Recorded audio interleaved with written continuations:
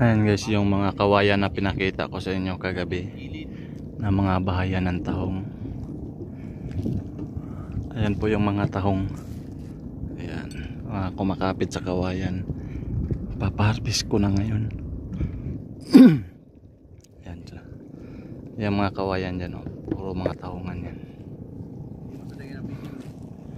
Ayan yung yung magsisid sa mga tahong. Ayan, sa mga sisiri nila yan sa ilalim.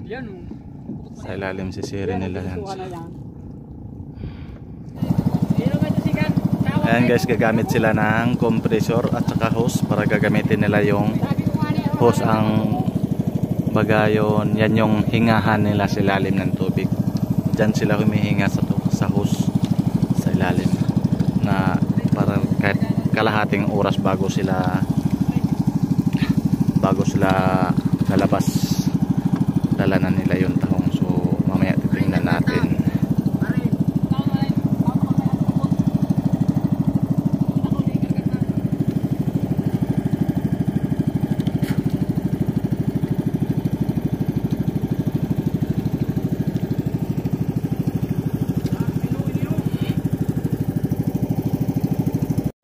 So yung isa nakasisid na, di ko lang nakuha ng video. Ayan o, kita nyo yan guys, gumagalaw yung isang puno. Hinihimay na yan sa ilalim.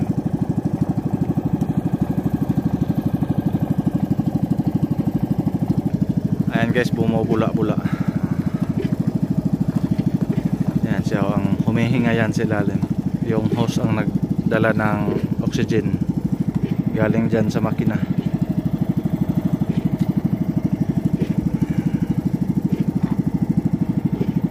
Ayan ang dala nila, yung net.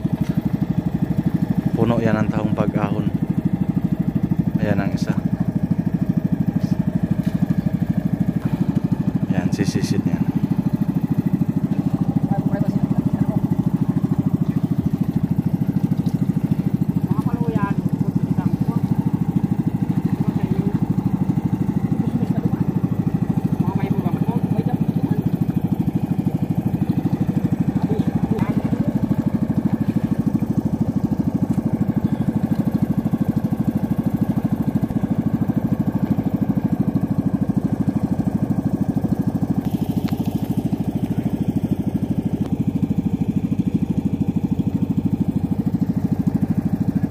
Yung isa nandun sa unahan, hindi pa umahon.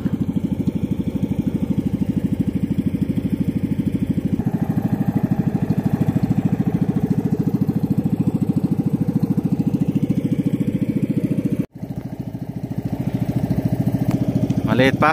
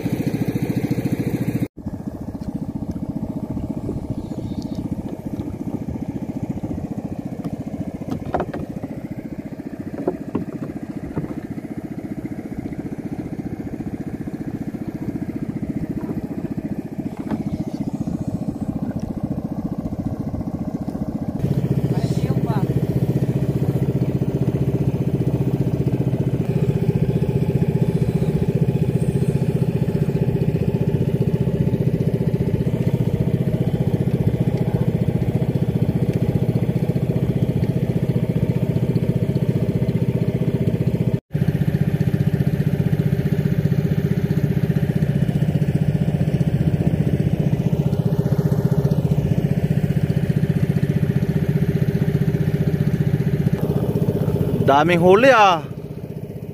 Ilang kilo yan, 20? Ang daming alimasag. So ayan yung mga kinuha ni sinisid nila sa ilalim. Ayan yung tahong. Ayan. Binuhos na. Puro sisi ang kapit. Di makabawi sa puhunan. Kaya napatong ini. Pura 500.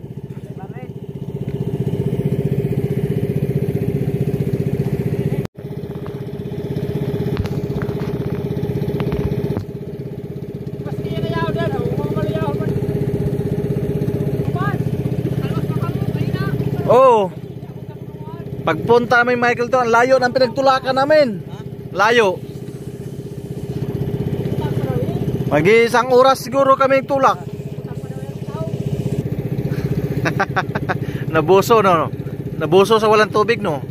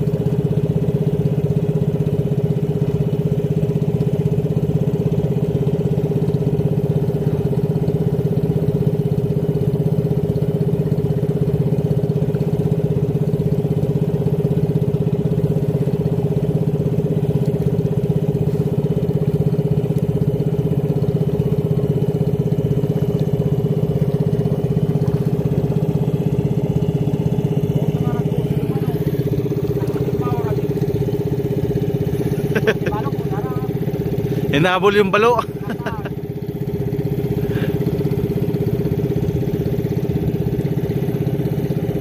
So guys, uwi muna kami sa bukas na naman ulit. Tatapusin na lang bukas ang pag-harvest ng tahong. Continue ko na lang ito mamaya.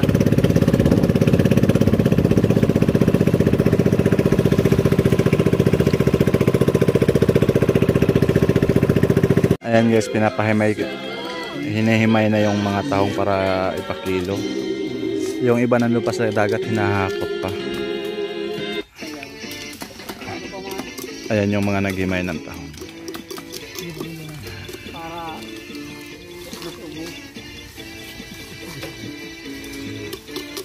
Basta ito na isaro pa kan kuan, basta ito pasabay kan. Pasabay man yung kay Tio Ubin.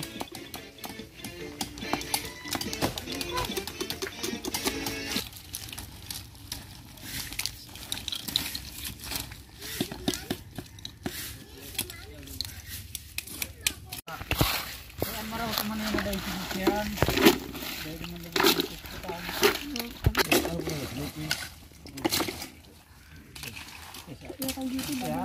ako lang kan kuan.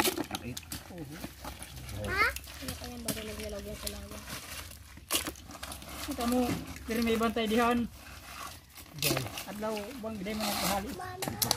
May pambayasin doon. Hey, bawal!